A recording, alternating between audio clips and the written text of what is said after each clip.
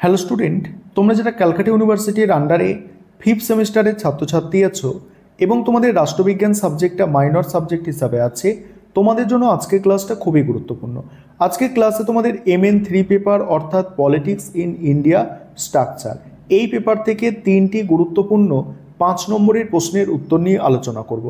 আজকের ক্লাসের প্রথম প্রশ্ন থাকছে ভারতের রাজনীতির প্রকৃতি আলোচনা করো। প্রথমেই ভূমিকা। ভারতের রাজনীতি অত্যন্ত বৈচিত্র্যময়, জটিল এবং গতিশীল। এটি কেবল ক্ষমতার লড়াই নয়, বরং সামাজিক, অর্থনৈতিক ও সাংস্কৃতিক উপাদানের এক অনন্য মিশ্রণ।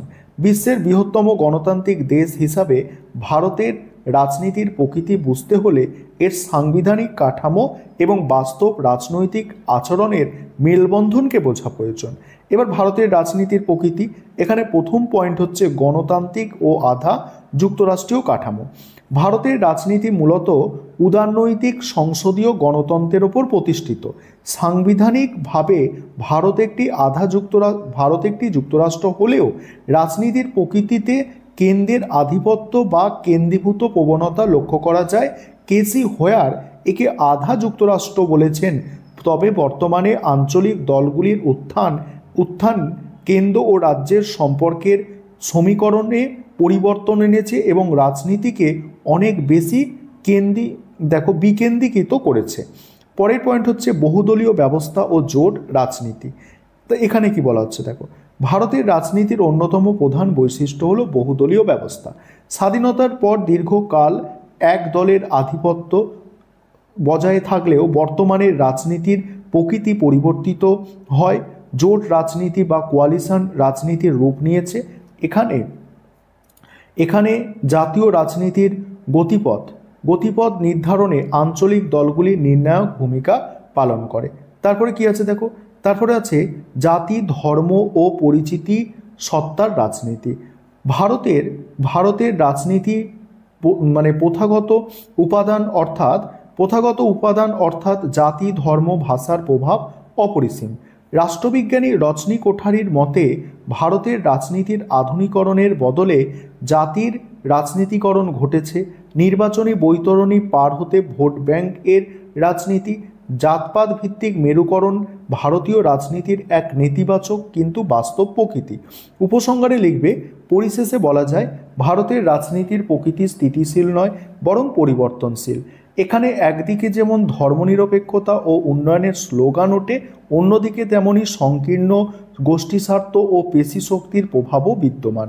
তবে হাজারো বৈপরীত্য ও চ্যালেঞ্জের সত্ত্বেও ভারতের রাজনীতি তার গণতান্ত্রিক ভিত্তি ও সাংবিধানিক মূল্যবোধকে টিকিয়ে রাখতে সক্ষম হয়েছে। এবার পরের প্রশ্ন হচ্ছে ভারতের দলব্যবস্থার বৈশিষ্ট্য আলোচনা করো। এখানে কি বলা হচ্ছে, প্রথমে ভূমিকা। ভারতের দলীয় ব্যবস্থা বিশ্বের বৃহত্তম গণতন্ত্রের চালিকা শক্তি। সংবিধানে রাজনৈতিক দলের সুস্পষ্ট উল্লেখ না থাকলেও ভারতের সংসদীয় গণতন্ত্রে দলগুলি অপরিহার্য ভূমিকা পালন করে। এই ব্যবস্থা কোনো স্থির ধারণা নয়, বরং সময়ের সাথে এর প্রকৃতি ও কার্যকারিতা বিবর্তিত হয়েছে। এবার বৈশিষ্ট্য আলোচনা করব ভারতের দল ব্যবস্থা। তার আগে যে বিষয়টা তোমাদের বলার আছে, তোমাদের জন্য অনলাইন কোচিং ক্লাস চলছে। তোমরা যারা পেইড ব্যাচে অ্যাডমিশন নিতে ইচ্ছুক আছো বা স্টাডি মেটেরিয়াল পারচেস করতে চাইছো, অবশ্যই তোমরা স্ক্রিনে দেওয়া নম্বরে যোগাযোগ করবে। দেখো, এখানে বৈশিষ্ট্যগুলো এবারে দেখে নাও। প্রথম বৈশিষ্ট্য হচ্ছে বহুদলীয় ব্যবস্থা। ভারতের দলীয় ব্যবস্থার প্রধান বৈশিষ্ট্য হলো এর দলীয় কাঠামো। এখানে আমেরিকা ও ব্রিটেনের মতো দ্বিদলীয় ব্যবস্থা নেই, বরং অসংখ্য জাতীয় ও আঞ্চলিক রাজনৈতিক দল নির্বাচনে প্রতিদ্বন্দ্বিতা করে। 2 নম্বর হচ্ছে এক দলের প্রাধান্য থেকে জোট রাজনীতি। স্বাধীনতার পর দীর্ঘকাল ভারতীয় রাজনীতিতে কংগ্রেসের একাধিপত্য বা কংগ্রেস সিস্টেম বজায় ছিল, কিন্তু 1989 সালের পর থেকে সেই ধারা ভেঙে জোট রাজনীতি বা মোর্চা সরকারের যুগ শুরু হয়েছে। 3 নম্বর পয়েন্ট, আঞ্চলিক দলের গুরুত্ব। বর্তমানে জাতীয় রাজনীতিতে আঞ্চলিক দলগুলির প্রভাব অপরিসীম। কেন্দ্রে সরকার গঠন ও টিকিয়ে রাখতে আঞ্চলিক দলগুলি এখন নির্ণায়ক বা কিং মেকারের ভূমিকা পালন করে, যা যুক্তরাষ্ট্রীয় কাঠামোর প্রতিফলন। পরের পয়েন্ট, ব্যক্তিকেন্দ্রিক ও পরিচিতির সত্তা। ভারতের অধিকাংশ দলই বা আদর্শের চেয়ে নির্দিষ্ট নেতার ক্যারিসমার ওপর নির্ভরশীল। পাশাপাশি জাতি, ধর্ম বা ভাষাকে ভিত্তি করে গড়ে ওঠা ভোট ব্যাংক রাজনীতিও এর অন্যতম নেতিবাচক বৈশিষ্ট্য। এবারে উপসংহার। পরিশেষে বলা যায়, ভারতের দলীয় ব্যবস্থা বর্তমানে অত্যন্ত প্রতিযোগিতামূলক।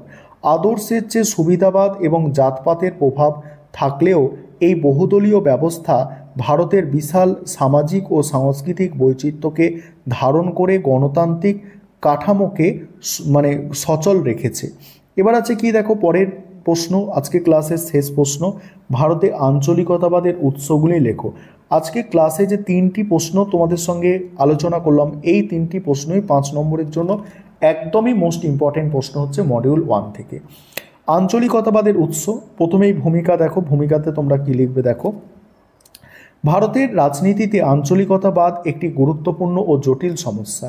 এটি এমন এক মানসিকতা যেখানে জাতীয় স্বার্থের চেয়ে আঞ্চলিক বা স্থানীয় স্বার্থ প্রাধান্য পায়। ভারতের মতো বৈচিত্র্যপূর্ণ দেশে আঞ্চলিকতাবাদের উত্থানের পেছনে একাধিক গভীর কারণ ও উৎস রয়েছে। এবার কারণগুলো কি? প্রথম কারণ হচ্ছে অর্থনৈতিক অসম বিকাশ ও বঞ্চনা।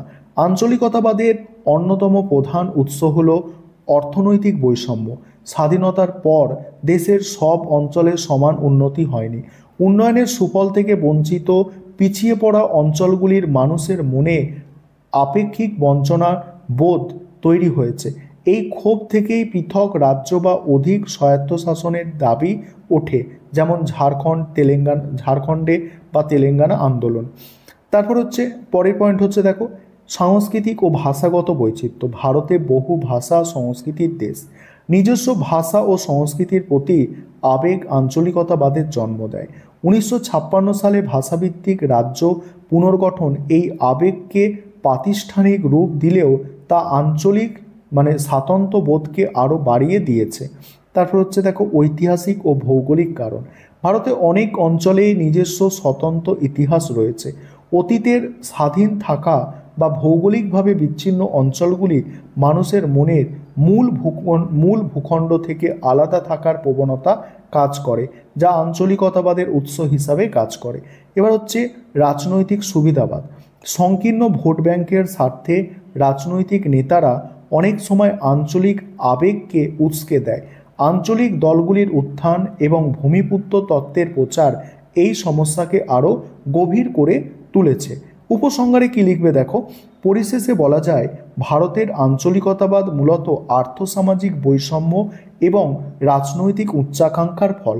তবে এটি সর্বদা নেতিবাচক নয়। অনেক সময় এটি অবহেলিত অঞ্চলের ন্যায্য দাবি আদায়ের মাধ্যম।